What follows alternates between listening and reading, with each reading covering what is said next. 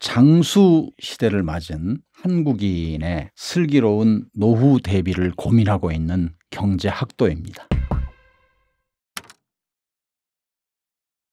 두 가지를 나눠서 말씀드릴게요. 우선 인문학적인 교양 먼저 말씀드리고 왜 노후에 대해서 말씀드릴게요. 지금 클레멘트 케이스는 어떤 케이스냐면 어떤 학자가 죄수들한테 가가지고 물어봤더니 우리들은 도대체 왜 사니? 철학적인 얘기를 들어본 적이 없다. 소위 인문학이라는 게 결국은 역사 공부하고 철학 공부한다는 얘기 아니에요. 그래서 이 사람이 그 죄수들을 상대로 클레멘트라는 장소에서 열심히 그걸 가르쳤더니 효과가 나타났다. 이런 얘기거든요. 죄수들조차도 인문학 교육을 받은 사람과 그렇지 않은 사람 간의 차이가 나타날 정도다. 그 다음에 이제 나이가 들면서 왜 배워야 되는가? 죄수 아니라도 누구든지. 어떻습니까? 요즘 세상이. 지금 AI 시대에 너무 변화가 빨라가지고 60대 할아버지는 거의 손자한테 무시받아요. 이게 스마트폰 어떻게 하냐. 지금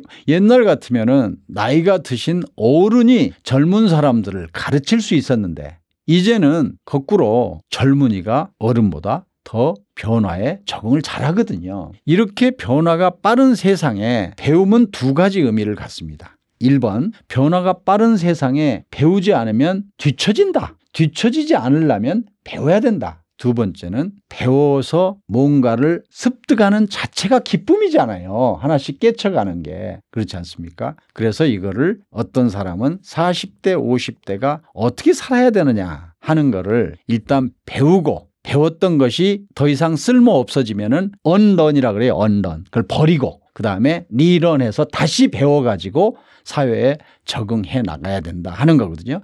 그러니까 실용적인 면에서도 변화에 적응하려면 배워야 된다. 또 하나는 배움 자체가 기쁨이잖아요. 2500년 전에 살다간 공자라는 분이 있어요. 말씀하신 내용을 집대성한 책이 논어잖아요. 논어의 첫 번째 문장이 학습으로 시작합니다. 학습. 학이 시습지 불력 여로화. 배우고 때로 익히니 기쁘지 아니한가. 그렇잖아요. 두 번째 문장이 유붕이 자원 박래하니 불력 낙호화. 뜻이 통하는 친구가 찾아와서 우리가 함께 대화를 나누고 토론을 하니까 즐겁지 아니한가. 그게 배움의 기쁨이 아니겠어요? 내가 이제까지 공부한 거 친구들하고 확인하는 거죠. 너 뭘 공부했어? 그래서 논어의 첫 번째 문장 학습, 두 번째 문장 친구들하고 토론하는 거. 그래서 앞에는 기쁘고 뒤에는 즐겁다. 이거예요. 그게 배움이에요. 이제까지는 많은 사람들이 나이가 들면 노화 피할 수 없잖아요. 나이 드는 거를. 그런데 노화가 되면은 뇌가 이제까지는 예를 들면 1년에 몇 %씩 죽는다고 생각을 했어요. 그걸 노쇠라고 할 수 있지 않습니까? 그런데 최근에 나온 연구에서는 노화는 피할 수 없지만 나이 드는 것은 뇌를 자꾸 쓰면 그게 성형이 된다. 그래서 가소성이라는 게 뇌가 더 활발해지고 건강해진다 하는 이론이 뇌신경 가소성 이론이에요. 그러니까 자기가 쓰면 쓸수록 뇌는 죽는 게 아니라 더 튼튼해진다. 지금 나이 든 분들의 가장 큰 두려움 중에 하나는 치매예요. 치매. 신체는 멀쩡한데 정신이 오락가락해가지고 치매 걸리면은 이게 사람은 사람인데 사람이라고 할 수가 없잖아요. 가족도 못 알아보고 한 얘기 또 하고. 그거를 방지하는 방법이 뭐냐. 뇌를 자꾸 써서 그래서 뇌의 건강을 지켜라. 그게 신경 가소성 이론, 뇌 가소성 이론입니다. 굉장히 중요한 부분이에요. 사실은. 지금 우리 세대는 일만 하느라고 쉬는 거는 했지만 노는 거는 해본 적이 없어요. 레저라고 하는 건 노는 거잖아요. 오락이잖아요. 근데 휴식은 했어요. 옛날에는 뭐 하루밖에 안 쉬었으니까 일요일 또는 지금은 이제 주 5일제니까 토요일, 일요일. 그러면 어때요? 집에서 거의 다 퍼져요. 퍼지고 갑자기 끝나고 나니까 일주일이 내리 시간이 주어진 거예요. 뭐 하지? 그게 중요하잖아요. 그래서 그 뭐 할까 하는 거를 제가 그냥 만든 말이에요. 두 가지로 나눠서 나한테만 도움이 되는 레저 활동, 여가 활동. 이거는 심플 레저라고 제가 이름을 붙였고 나한테도 도움이 되면서 다른 사람에게도 도움이 되는 거를 내가 소셜 레저라고 사회적인 여가 활동이라고 했는데 예를 들어서 말씀드릴게요.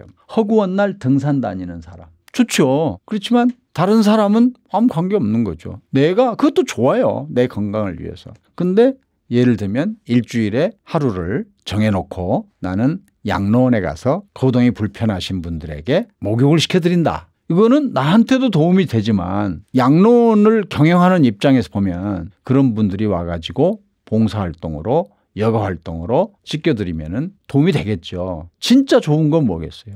내가 양로원에 들어갈지 모르는데 미리 양로원에 대해서 공부하는 거잖아요. 저는 이런 거를 소셜 레저라고 이렇게 이름을 붙였는데 허구한 날 소셜 레저만 하라고 할 수 있겠어요? 심플 레저도 해야죠. 그렇지만 적어도 여가 활동을 나눠서 하나는 나 자신의 정말 즐거움을 위해서 또 일부는 나 자신도 좋지만 남에게도 도움이 되는 이런 여가 활동이 진정한 의미의 여가 활동 아닐까 이런 이야기를 한 거죠.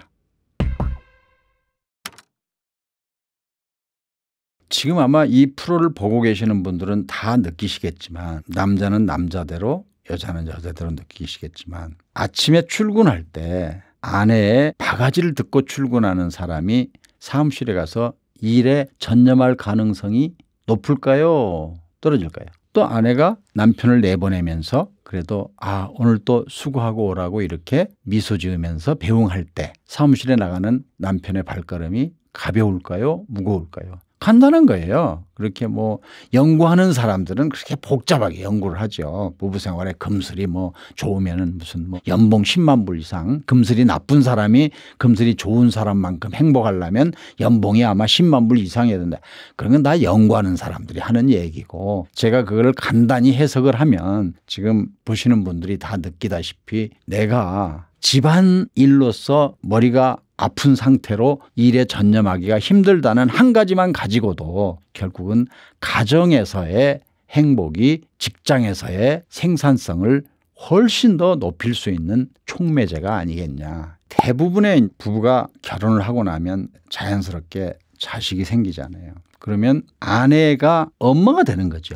엄마가 되는 순간 누구의 아내로서의 역할보다는 누구의 엄마로서의 역할이 훨씬 비중이 커져가지고 엄마는 자기 자식이 잘 자라서 좋은 학교에 들어가는 거에 올인을 하게 되지 않습니까? 혹시 어떤 날 애 아빠가 다시 말하면 자기 남편이에요. 어떤 날 일찍 들어오면 행여나 아이들 공부에 방해될까 봐서 방에 가서 혼자 있어. 이렇게 남편이라는 존재는 없고 애 아빠의 존재만 있는 거예요. 그러니까 아빠도 애 엄마가 아이를 양육하는데 제대로 교육하는데 방해물이 되면 안 된다는 얘기잖아요. 방해가 되면 안 된다는 얘기잖아요. 그거는 틀리다고 말할 수는 없지만 아이들은 엄마를 필요로 하는 기간이 굉장히 제한돼 있어요. 대학을 입학을 하고 나면 엄마의 사랑이라는 이름의 애정은 간섭으로 받아들이게 됩니다. 왜냐하면 대학 입시가 끝날 때까지 엄마는 모든 거를 아이의 대학 입시에 치중하기 때문에 다른 모든 거는 거기에 방해가 되지 않도록 하거든요. 그런데 대학에 딱 들어가고 나니까 이제까지 내 시녀였던 엄마가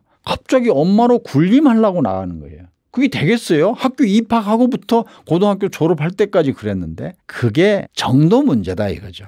그러지 말라고 엄마한테 할 수는 없지만 엄마가 그러는 가운데에서도 아이 아빠이면서 동시에 남편에 대해서도 신경을 써야 나중에 아이들은 독립해서 나가거든요. 제가 이 책의 이름을 슬기로운 노후 독립이라고 쓴 거예요. 노후 독립이라는 거는 경제적으로 독립한다는 뜻뿐만 아니라 아이들로부터 또 독립하라는 뜻이에요. 아이들이 더 이상 사랑이 아니라 간섭으로 받아들여지면 어떡하겠어요? 그러면 부부밖에 안 남는 거잖아요. 근데 이제 애들이 나를 엄마 취급 안 하니까 이제 지금부터 우리야 이렇게 한다고 되겠어요? 예. 평소에 아이들을 기를 때도 아이들 아빠를 남편으로서 인식하는 그런 자세가 필요하다는 의미에서 제가 그렇게 썼습니다.